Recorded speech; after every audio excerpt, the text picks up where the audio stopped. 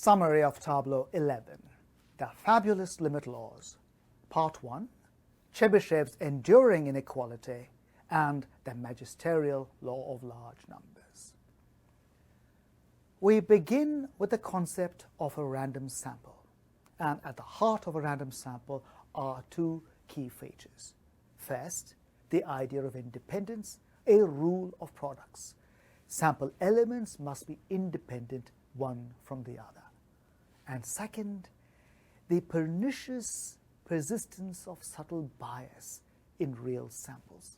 We recall bias can erupt via geographical or sampling bias, via refusal bias, the fish refuses to bite, we don't want to answer a telephone poll, and wording bias. Implicit in a probabilistic analysis of a problem is the a priori assumption that the sample's bona fides have been established. In other words, the sample is independent and bias-free. Armed with this understanding of a random sample, we begin with a model for a poll. We have an underlying population for a chance experiment in which a subpopulation of proportional size p exists, and we would like to estimate the size of this proportion p. Naturally enough, our random sample constitutes a sequence of Bernoulli trials whose success probability is p. And starting with this sample, we form the accumulated number of successes, S sub n, as the number of elements in the sample of type 1. Naturally enough, we understand that Sn has a binomial distribution with parameters n and p, and there are good reasons to believe that Sn has at its heart a reasonable estimate for the underlying p. We recall that the expectation of Sn is n times p, and therefore that leads to a principled estimate, Sn over n, for the underlying unknown parameter p. We have all kinds of good reasons to believe that this would be a reasonable estimate. The maximum likelihood principle of R.A. Fisher, the expected value, the concentration of the variance. But to go from a qualitative to a quantitative understanding, we need to put down a mathematical structure for the problem. Any estimate will incur an error, and because the estimate is chance-based, there will be a certain confidence with which we can make pronouncements. Tying these two together is the sample size, the amount of data available for the problem. What is it that we want? Given an error tolerance of up till epsilon and a desired confidence of, let us say, 1 minus delta, we would like the probability that our estimate Sn over n differs from the true but unknown p by more than epsilon to be no more than delta. So this is the desideratum, what we would like. The analytical tool which allows us to make such guarantees is Chebyshev's subtle and beautiful inequality leading to the law of large numbers. And what does it say? It says that the probability that the relative frequency of successes in the sample, Sn divided by n, differing from p in absolute value by more than epsilon, is bounded about by the reciprocal of 4 times n times epsilon squared. And for any epsilon, however small, as n becomes large, this ratio goes to 0. This is the content of the law of large numbers, and this is responsible for much of the intuitive content of the theory. But directly, for our application in mind, this estimate gives us a guarantee that we seek. For any desired confidence parameter, 1 minus delta, we know that the right-hand side, 1 over 4 n epsilon squared, will dip below delta if n is big enough, and that gives us a link between sample size, error, and confidence.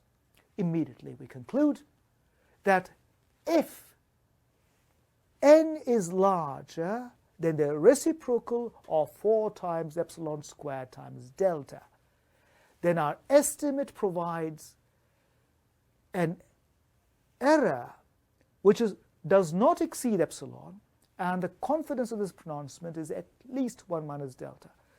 If we promptly put in numbers, we find, for example, that we can guarantee an error of no more than 3% in the unknown p, with a confidence of at least 95%, provided n is no more than about 5,500. And immediately that gives us the kinds of guarantees and applications that we're looking for. Why do poles work? Poles work because we're going to estimate an unknown p by Sn over n, and this estimate gives us an error of no more than 3%, with a confidence of at least 95% if n is just a little over 5,000. Now, this is a remarkable statement. Consider that the underlying population could be enormous, could have hundreds of millions of people, billions of people. Nonetheless, a fixed, relatively modest sample gives us control of estimates over these large populations. A small variation on this theme tells us why drug testing works.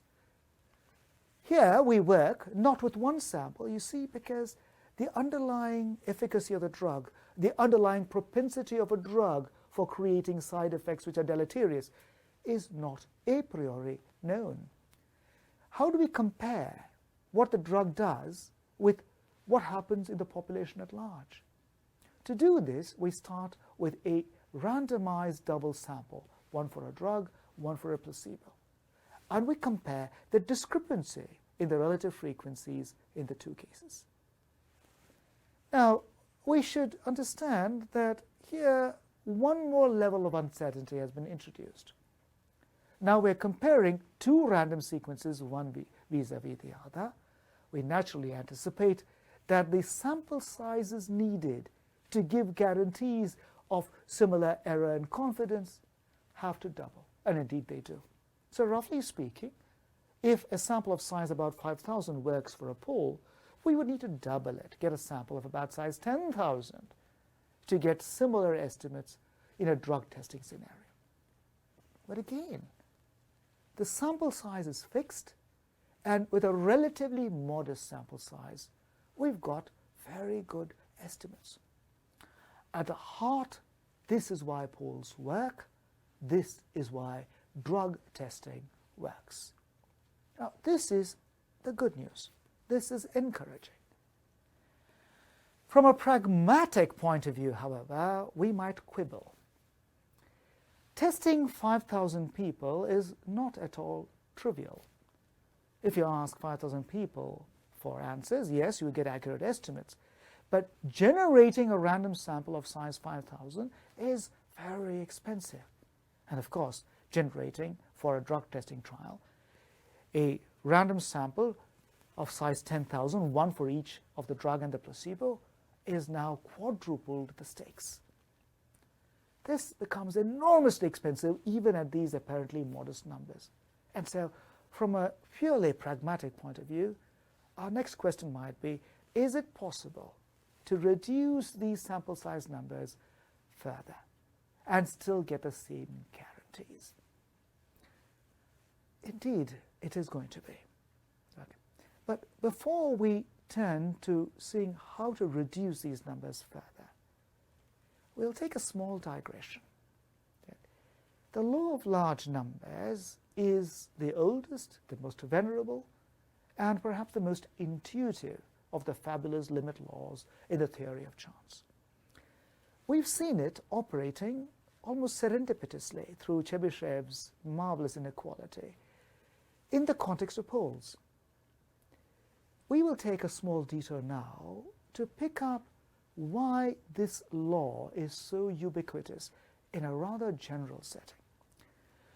The student who is anxious to get to the res gestae might wish to skip the next Tableau 11, Part 2, where we flesh out this extension of the law of large numbers. For the student who wishes to actually see how this law generalizes and works in a very broad context, proceed But we want that this is now a dangerous bend section to be sampled with discretion if time and inclination allow. And before plunging in, it will be advisable to first sample the dangerous bend section Tableau 6 part 2, because I'm going to set up a law of large numbers in the continuum to give a flavor of how a general law can be constructed.